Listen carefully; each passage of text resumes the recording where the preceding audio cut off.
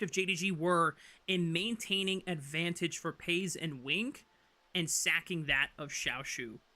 And now the composition aligns better. Shun might be able to at least grab this blue buff from Shadow before he gets there in time. Scout's recall is stopped here. He's forced to flash. The Permafrost Sun comes in from Shadow as he just might try and solo out Scout here. Does he have the satchel charge over the wall?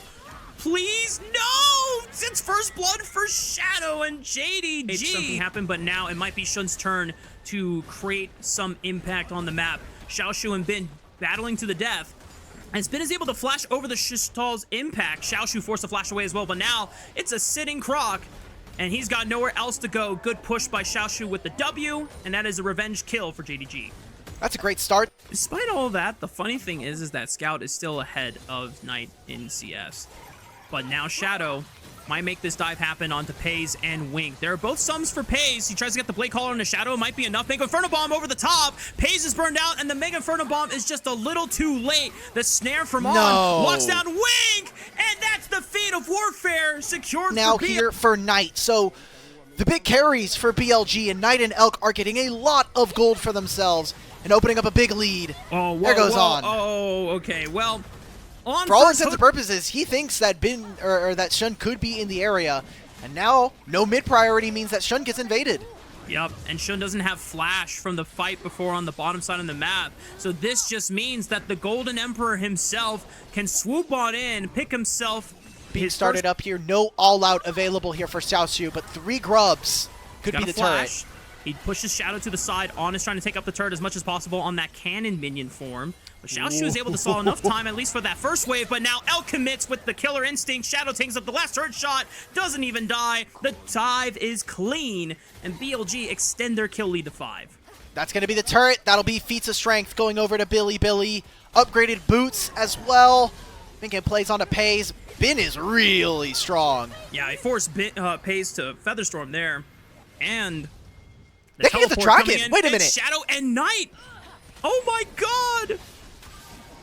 Elk, give me the game. Give me the game, boys. Give me the game. Unsealed spellbook tech. Shadow able to teleport with Knight at the same time, and they make the cross map play happen. That's tempo gaming right there. Holy hell! You look at Shun now. Shun was trying to get this dragon. They thought with the 2v2 there that they could hold down Bin, but he's 30 CS up on his lane opponent. Xiaoshu has had some action go towards his lane, and while it has helped in the 1v1, so far, personally would really favor JDG's comp if we just took nameplates off. I think Ziggs is incredibly powerful against what Bilibili are showing. Xiaoshu does have flash and the all-out. Permafrost for the first stun, all-out. Takes him to the other side. Dodges the Glacial Prison stun, but is still relatively slowed. But the flash from Bin should be able to guarantee the kill. And it's the Call of the Meek to the face of Xiaoshu that brings him down. Enable and make those big plays happen. We're seeing all the gold going to the right places here for BLG. 2-0-1 for the Azir. Say goodbye to Pays. Jeez. Trying to farm by himself. Oh, where are the desperate they are. Where was Scout? How many members they have to overplay to this side of the map. I mean, Shadow's going to answer just to make sure that Bin doesn't die in a 1v3 scenario. So Shun and Scout are now forced away, and Knight is now collapsing. Shun is forced to flash over the wall, but he still has a permafrost stuck on top of him. Glacial Prison will extend the CC chain, and Shun, all he can do is just throw out the Impale, and it just goes wide anyway since Shadow flashes back over the wall. Bin continues the fight. Knight is right there. Wink is trying to turn it around, but where's the damage coming through? Pays throws out the Featherstorm, looks for the Blade Caller next, but it's just not enough. They're too far behind, and BLG are wiping the floor with them, now looking for the last straggler in Scout, but this Yordle Rat's got nowhere else to go, and he's going to be sent back to the fountain. This content is unsafe for unmature eyes right now. Jesus Christ, JDG. Yep. What was the setup there? I mean, Scout's not even auto-attacking the turret consistently, trying to utilize the passive of the Ziggs. So, all in all, it's a full-on ace for JDG, or for BLG, and they get even more turrets here. They get to the game, taking their sweet time with the state of things, as the next few objectives should never belong to JDG or should be acquired by JDG unless a series of unfortunate events. But I don't know if Lemony Snicket could write a series of disaster worse than what JDG has experienced in the past 17 minutes of this game, Alec. Mark, I do want to get your thoughts. It's kind of gone now because they did this lower third mabobber. Oh, I'll We're hold. drifting. I'll hold. Oh. Is this the most exciting part of the game? Oh. Doesn't matter. I mean, Shadow Doesn't should matter. be taking enough to survive this, right? The Impale is going to bring him back, but this is a Juan. It's mattering. Wait a minute. Make Inferno Bomb. Okay, wait a minute.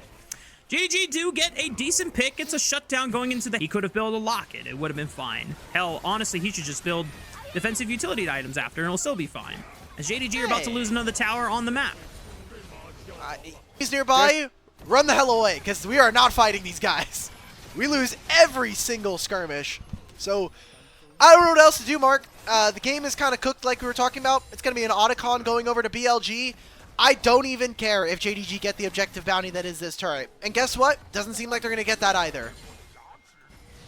I will say what JDG are trying to do now and just expend as many resources as they can to take freestanding gold and getting those objective bounties is the way to play out this state of the game. Walk up and contest space. This is a Kaisa that is... Yeah. Look at the summoner. I'm looking at the player cast. Yeah, and it was a good stop by On as well, being able to catch Shun in the wall with that tangled barbs, preventing the Skarner from being able to do anything. And look at that! Bye-bye. Scout has been clipped by the Glacial Prison. Doesn't get a chance to flash or react to the engage coming out. Shun might be the next one on the chopping block here. Permafrost not used. The rest of BLG just taking spaces where they can. Shadow will dash back over to the safety of his team. As JDG now down to their last towers inside their base.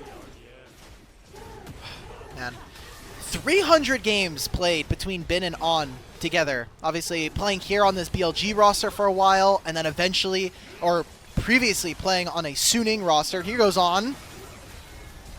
Two-man Pop Blossom. Shun is able to answer back with an Impale onto Shadow, but this guy is way too tanky to be brought down early.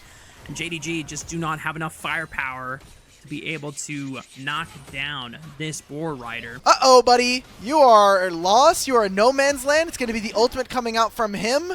That should just be Baron. You can see that BLG are hunting right now. No mercy in this dojo. Okay. BLG will ensure that there are no survivors. And JDG now operating down a man, trying to compete for BLG in the space of the red quadrant. And Shun gets clipped inside the wall. That's a dead Scorpion. Don't tell Captain Flowers, otherwise he's going to be sad. And BLG now extend the man advantage to 5 versus 3. Surely this is a Baron secure. Every time we come out of these kills on this Shun, I'm just looking at player cams, and it's On laughing, and it's Shun's laughing. He knows. They're enjoying some of the previous camaraderie they would have had as teammates.